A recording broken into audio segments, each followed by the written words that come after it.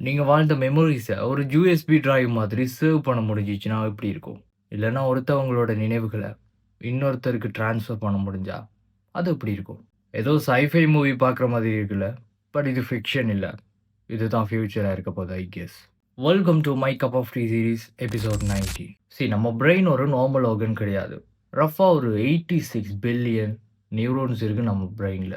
நாம ஒரு memory create பண்றப்போ ஒரு ஃபோட்டோ சேவ் ஆகுற மாதிரி இல்ல. நியூரான்ஸுக்குள்ள கனெக்ஷன் சேஞ்ச் ஆகும். அதாவது இங்க மெமரின்றது ஒரு ஃபைல் இல்ல. It's a pattern.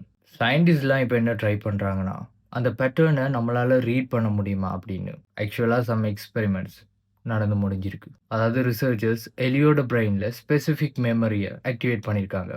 அதுக்கப்புறம் அதோட ஃபியர் மெமரிய ஆர்டிஃபிஷியலா கிரியேட் பண்ணியிருக்காங்க.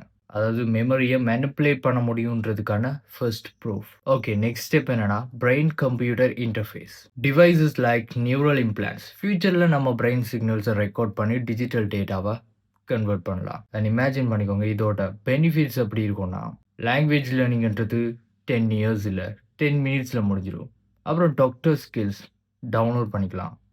அண்ட் லவ்ட் ஒன்க்கான மெமரிஸை ப்ரிசர்வ் பண்ணலாம். பட் இங்க கேள்வி என்னன்னா, மெமரி அப்லோட் பாசிபிள்னா நம்மளோட ஐடென்டிட்டி என்ன ஆகும்? நாம எக்ஸ்பீரியன்ஸ் பண்ணாத மெமரி நம்மளது ஆகுமா? நம்ம வாழ்க்கைக்கு மீனிங் கொடுக்கறதே ஸ்ட்ரகிள்ஸ் தான்.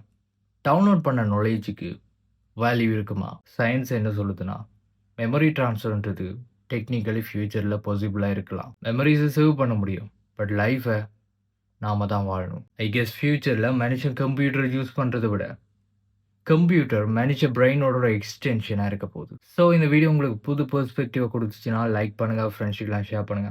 அண்ட் இது மாதிரி நிறைய வீடியோஸ் பார்க்கணும்னா மறக்காம ஃபாலோ பண்ணுங்க. அப்புறம் see you.